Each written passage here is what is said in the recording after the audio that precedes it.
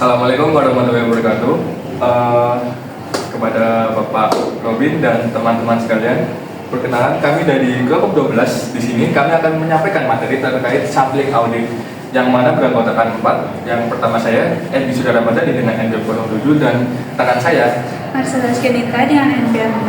Saya Azhara Alia Ramadhani, NPM23. Saya Nasitul Muda dengan NPM41. Baik, langsung saja pada materi pertama. Baik, langsung saja ke definisi sampling audit. Ikatan Akuntan Publik Indonesia melalui Standar Profesi Akuntan Publik 2013 mendefinisikan sampling audit itu sebagai penerapan prosedur audit terhadap kurang dari 100% unsur dalam suatu populasi audit yang relevan sedemikian rupa sehingga semua unit sampling memiliki peluang yang sama untuk dipilih untuk memberikan basis memadai bagi auditor untuk mengambil kesimpulan tentang populasi secara keseluruhan. Jadi merujuk pada IAPI ini dalam Standar Profesi Akuntan Publik tahun 2013, sampling audit ini itu merupakan penerapan prosedur audit terhadap kurang dari 100% unsur dalam suatu populasi. Contohnya itu kayak misal di dunia nyata sebuah perusahaan pasti memiliki ribuan atau bahkan jutaan transaksi dalam setahun, jadi sangat tidak memungkinkan untuk auditor untuk meriksa semuanya satu persatu. Maka digunakanlah sampling audit ini, tetapi terdapat syaratnya juga. Jadi semua unit ini harus memiliki peluang yang sama untuk dipilih supaya sampel tersebut bersifat representatif atau mewakili. Tujuan akhir dari sampling audit ini, kita sebagai auditor itu dapat mendapatkan basis mengenai keseluruhan populasi data tersebut secara valid. Jadi sudah memeriksa sedikit itu menggambarkan semuanya. Next. Selanjutnya untuk manfaat sampling audit. Sampling audit ini dapat diterapkan untuk melakukan dua jenis pengendalian utama, yaitu pengujian pengendalian dan pengujian substansif. Di mana pengujian pengendalian itu saat auditor ingin mengecek apakah sistem pengendalian internal di perusahaan tersebut berjalan dengan baik atau tidak. Sedangkan untuk pengujian substansif pada saat auditor ingin menguji kewajaran nilai uang atau nominal pada saldo akun akuntansi.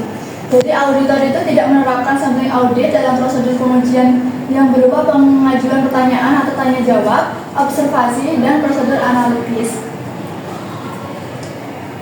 Karena hal ini itu membutuhkan analisis secara menyeluruh, bukan pemilihan sampel acak ataupun kumpulan dokumen. Jadi kesimpulannya itu jika diterapkan dengan semestinya maka akan menghasilkan bukti audit yang cukup sesuai dengan yang diinginkan standar pekerjaan laporan yang ketiga. Selanjutnya akan dijelaskan oleh Caca. Lalu selanjutnya ada risiko sampling. Jadi risiko sampling berkaitan dengan kemungkinan bahwa sampel yang diambil bukanlah sampel yang representatif. Risiko sampling timbul dari kemungkinan bahwa kesimpulan auditor bila menggunakan sampling mungkin menjadi lain dari kesimpulan yang akan dicapai bila cara pengujian yang sama diterapkan tanpa sampling. Tingkat risiko sampling mempunyai hubungan yang terbalik dengan ukuran sampel. Jadi semakin kecil ukuran sampel, maka semakin tinggi risiko samplingnya. Lalu sebaliknya, semakin besar ukuran sampel, maka semakin rendah risiko samplingnya. Next. Lalu selanjutnya ada macam-macam risiko sampling. Jadi auditor itu harus menerapkan pertimbangan profesional dalam menentukan besarnya risiko sampling. Risiko sampling dapat dibedakan menjadi dua, yaitu yang pertama risiko sampling dalam pengujian substantif atas detail atau rincian, dan yang kedua risiko sampling dalam melaksanakan pengujian pengendalian. Lalu selanjutnya ada pengujian substantif. Jadi dalam menyelenggarakan pengujian substantif, auditor memperhatikan dua aspek penting dari risiko sampling yang meliputi, yang pertama itu ada risiko keliru menerima.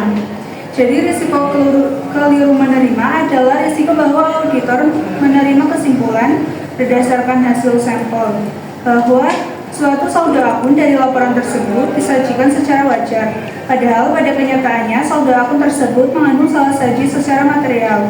Risiko keliru menerima ini berkaitan dengan efektivitas audit dalam pendeteksian terhadap ada tidaknya salah saji yang material. Lalu yang kedua itu risiko keliru menolak. Jadi risiko keliru menolak merupakan risiko bahwa auditor mengambil kesimpulan berdasarkan hasil sampel bahwa saldo akun berisi salah saji secara material.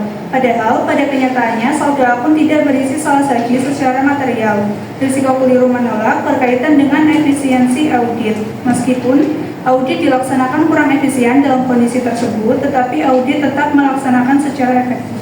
Lalu selanjutnya akan disampaikan oleh Iji. Baik, selanjutnya yaitu risiko sampling pada pengujian pengendalian. Dalam menyelenggarakan pengujian pengendalian, auditor harus memperhatikan dua aspek penting dari risiko sampling. Yang pertama adalah risiko penentuan tingkat risiko pengendalian yang terlalu rendah, dan juga risiko penentuan tingkat risiko pengendalian yang terlalu tinggi.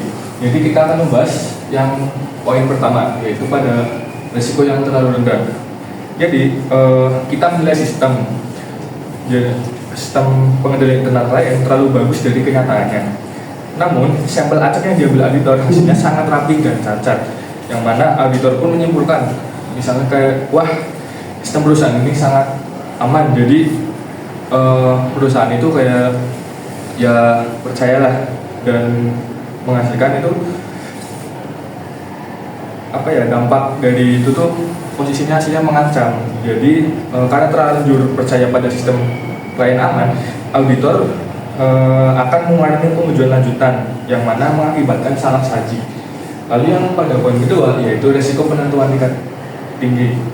Jadi semisal nih klien menilai sistem pengendalian terlalu buruk dari kenyataan aslinya, dan dampaknya itu risiko ini mengganggu efisiensi audit atau melelahkan.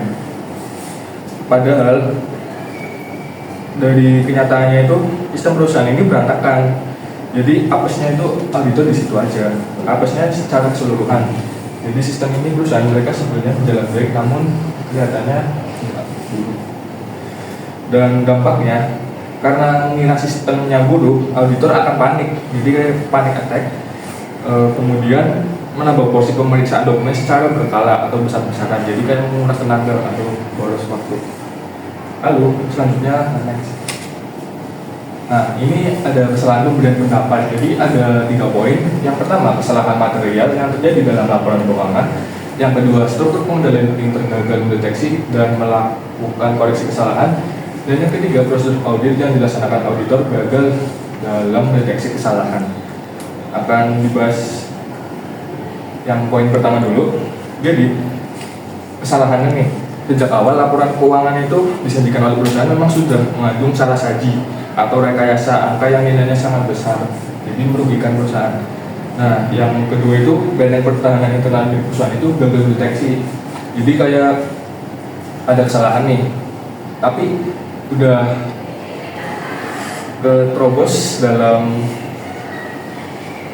pengamanan perusahaan tersebut. Jadi ya malas ibaratnya. Dan yang ketiga itu prosedur audit juga itu gagal.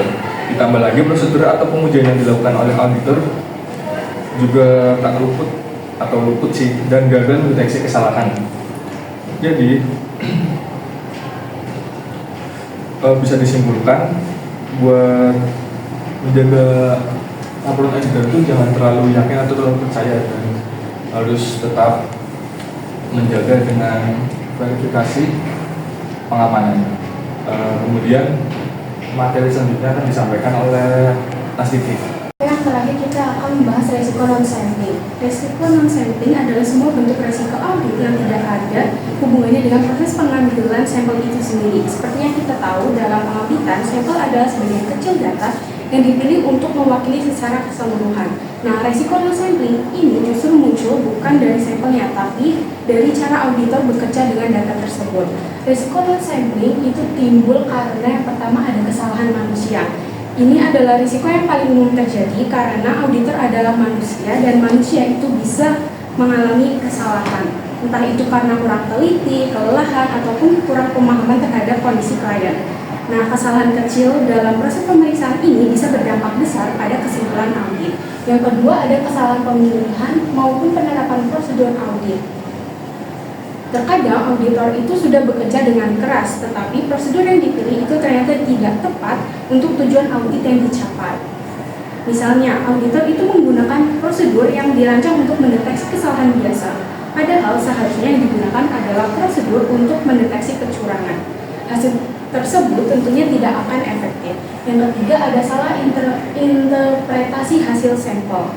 Meskipun sampelnya itu sudah benar dan prosedurnya juga sudah tepat, kalau auditor salah membaca atau menafsirkan hasilnya, kesimpulan yang diambil juga bisa melenceng. Ini menegaskan bahwa kompetensi dan kecermatan auditor itu sangat menentukan hasil kualitas audit. Nah, walaupun tidak dapat diukur secara sistematis, risiko non-sampling ini bisa ditekan auditor dengan cara yang pertama, melakukan perencanaan yang tepat, yang kedua, melakukan pengawasan atau supervisi yang tepat, dan yang terakhir adalah menerapkan standar pengendalian kualitas yang ketat atas pelaksanaan audit. Ya baik, sudah di penghujung materi, sekiranya cukup sekian dari kelompok kami dan mohon maaf apabila dalam penyampaian yang kami sampaikan belum sesuai pada materi yang ada. Cukup sekian. Wassalamualaikum warahmatullahi wabarakatuh.